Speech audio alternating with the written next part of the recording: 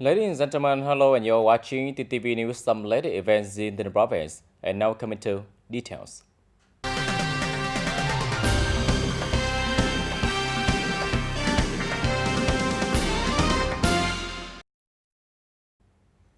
Ladies and gentlemen, recently the Department of Construction has submitted to the Bronzo People Committee a project to explore, exploit, and use marble as ordinary building materials and peat in the province until 2030 with the vision 2050.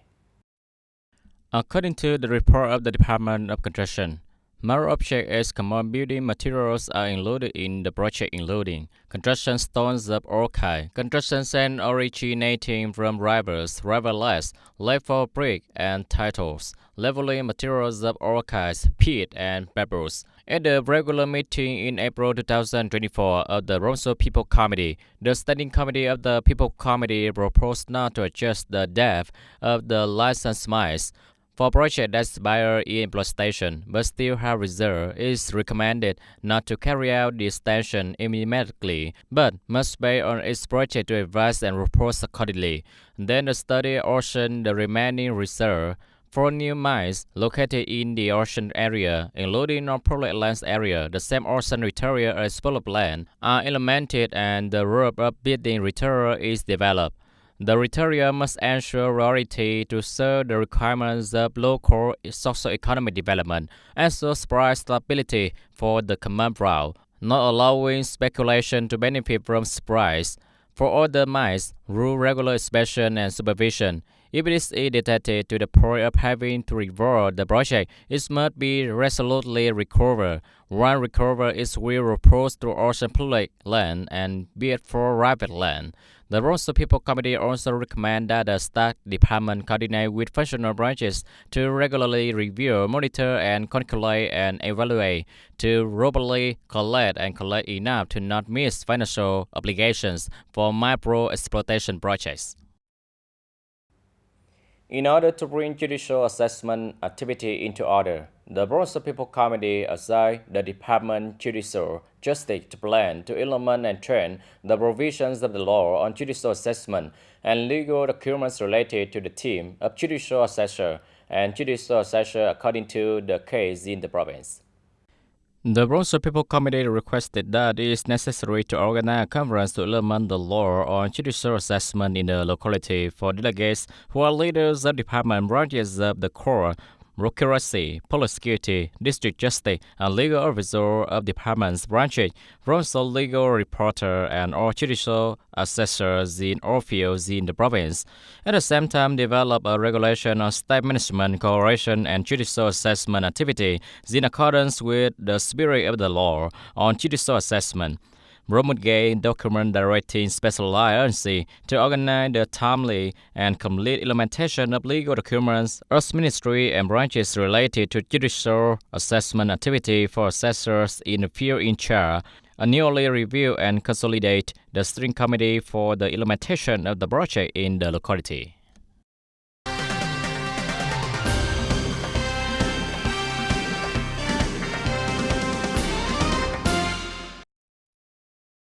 According to the direction of the People Committee of the province, locality need to pay attention to investment, upgrading and expanding the wastewater collection and treatment system in concentrated urban and residential areas, striving to 2030 or district, town, and cities in the province will have the massive wastewater collection and treatment plants. Currently in the province, there are 6 separate wastewater collection and treatment plant projects, including one project operated in 2018 in Yumajao Town with the desired capacity of 1,200 cubic meters per day per night. In phase 1, the District People Committee has invested in building a wastewater connection system from 257 households to the treatment plant with a treatment capacity of about 250 cubic meters per day per night. Phase 2, connecting 258 households is underway. It is expected to increase the processing capacity to about 500 cubic meters per day per night. The remaining 5 wastewater collection and treatment plant projects are currently under construction to the connection point at the city Hoa Thanh Thao, Tra Ban Thao, Bân Cầu Thao, and Châu Thành Thao. The Bronzo People Committee also required that in the period up to 2030, the construction of centralized water treatment system in locality must ensure standard before being discharged to the receiving shores. After 2 exciting days, in the morning of April 21st, the traditional sport festival of the TayNinhTV banking industry in 2024, organized by the representatives of the Vietnam Bank Trade Union in TayNinhT to celebrate the 49th anniversary of the Liberation Day of the South, the reunification of the country, April 30, 1975, April 30, 2024, and the 73rd anniversary of the establishment of the Bank of Vietnam, May 6, 1951, May 6, 2024 close. With 6 sports, over 500 athletes from 28 units of bank and credit institutions in the province have competed hard and given the audience many attractive matches in the spirit of change, honesty, and solidarity. At the end of the sports festival, the organizing committee awarded the first prize of the whole delegation to George Stock Commercial Bank for Investment and Development of Vietnam (BIDV) Tin Branch, the second prize of the Bank for Agriculture and Rural Development of Tin Branch, the third prize of the Rural People Credit Fund, and the promotion prize of the Bank for Social Policy and Social Policy of Tin Branch.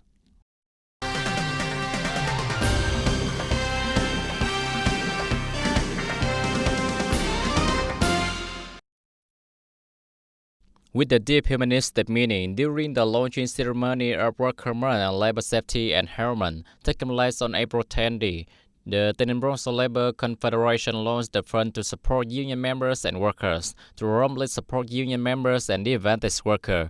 The fund was established according to the decision of the TayNinhTV People Committee and operate under the Decree number 93 of the government to firmly take care of and support trade union members and provincial workers with extremely difficult circumstances, occupational accidents, serious disease, and disadvantaged union members without housing. The initial funding source was 3.3 billion Vietnam dong. Mr. Lê Duy, chairman of the Bronzo Labor Federation, is the chairman of the Fund Management Council, director of the fund. Every year, the Fund Management Board will continue to mobilize sponsors, benefactor business inside and outside the province and contribute with the voluntary spirit of union members and employees in the province to add to the support fund to trade union members and disadvantaged workers when directly proposed by the trade union on the basis of the Fund Management Board. The level of support will be much higher than the specified level of union finance.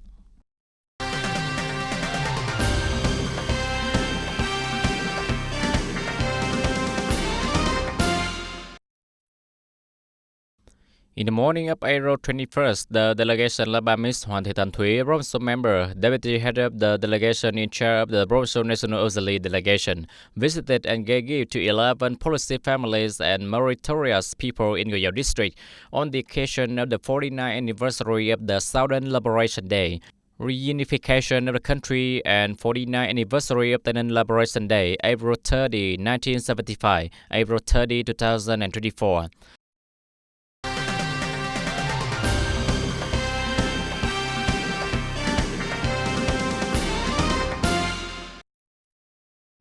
Recently, the TayNinhT Department of Information and Communications received information that a number of subjects impersonating leaders and civil servants of the Department of Information and Communications called a number of leaders and officials of a number of agencies, units, localities, businesses, and people by mobile phone number with a following content. The listener's phone number is related to the case that the police are investigating to intimidate, threaten, cause confusion and fear. Facing with the above situation, the Department of Information and Communications issued the following announcement. When civil servants and people receive calls or messages showing signs of fraud, they need to stay calm and save the phone number as evidence. At the same time, promptly notify the authorities in the following forms. Report to switchboard number 156 or 5656. By send a message free with the following syntax. LD, fraudulent phone number, reflected content, sent to 156 or 5656.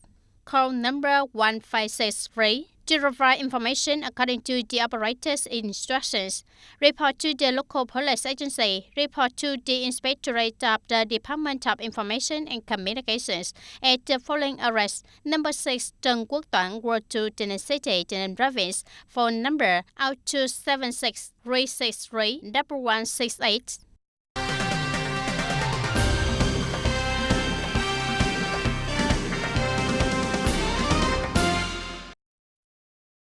On the afternoon of April 19, TayNinhTV Political School coordinated with TayNinhTV City Party Committee to organize the preliminary review of the intermediate political theory class DC7 2023-2024 school year. The ceremony was attended by Mr. Trương Văn Thành, Vice Principal of TayNinhTV School of Politics. The class opened in September 2023 with 48 students who are career civil servants and armed forces working in agencies and units of the city. Up to now, the class has studied more than two-thirds of the curriculum, including the following modules: Marxist, Leninist philosophy, Marxist, Leninist political economy, scientific socialism, and basic content of Ho Chi Minh's ideology, history of the Communist Party of Vietnam, guidelines and policies of the party and state of Vietnam, state administrative management and party building. As a result of preliminary evaluation, there were 70 excellent scores, accounting for 25%. In the current cafes, I'm to create a checking point for young people. Your child library is a combination of book space, quiet, and bring customer equally interesting experience. This display also becomes a connecting point between young people with book pace and spreading reading culture in the community. On the occasion of Vietnam Book and Reading Culture Day, April 21st, we invite you to come to this stopover for book lovers. Located on the crowded Legion Street in Ward 1, Ward 3, TayNinhTV City, your child library is like a silent for those who love tranquility and want to find balance through its page of the book. The shop was born with the desire to create opportunity for young people to access books, as well as become a stopover for book lovers to visit and exchange. I want to create more inspiration for you to display books so that you have space or have some idea and thought when you want to read books. Sometimes you have that thought but don't have it to read. So when books are present at the shop, I can read, learn, or you can come and see it to arouse your passion for reading.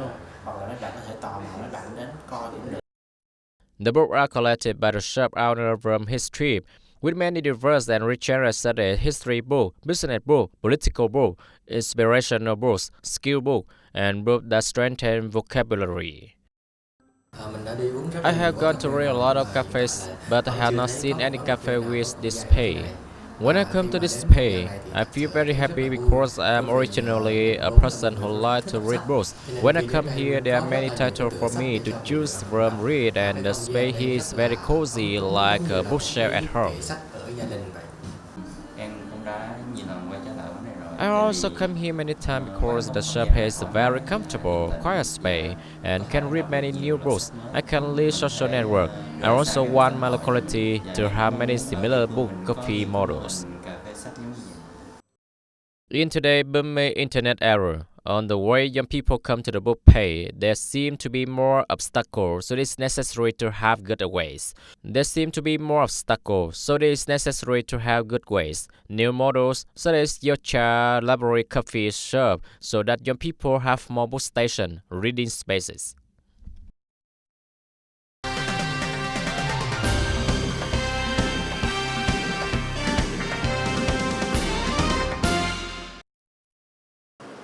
Since the DT Road 7H4 is completely built and open to traffic in 2023, the people of Yum Châu district are very excited because there is another spacious, safe and connecting road between Yum Châu district and other localities.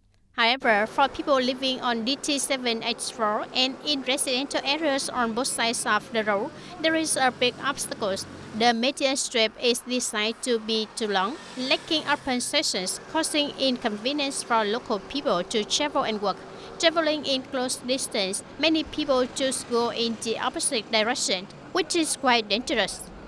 I hope this median strip has an open section because it is too long and causes inconvenience. People often go in the opposite direction. They even claim overage. On both sides of the road, there are crowded residential areas. The businesses of many people are significantly affected. At that time, when there was no line of separation, my business was enough for my daily income. But now there is a line of separation. Business is lower than before. Even the Tumblang tea shop, which used to be a tourist attraction, is now in constant decline. Previously, as there was no separator, there were visitors. The number was quite good. But since the day these streets were spacious and clean and had a median strip, there were very few customers. There are cases where a customer makes an appointment and then they leave. They say that because there is no way to get there, the median line is too long. A number of voters in Khmer have reported directly in voter contact conference, as well as petitioned the province 1 dubbed to information portal, requesting to open median strip at some residential areas, especially the sections with school. Some parents say that they sometimes have to ride in the opposite direction to get to school because if they ride in the right direction, they have to go 3 kilometers further. The Department of Transport has requested the Traffic Sector Project Management Board to coordinate with local authorities to survey the actual scenes and determine that to ensure traffic safety, they will not arrange to open the median strip disposition.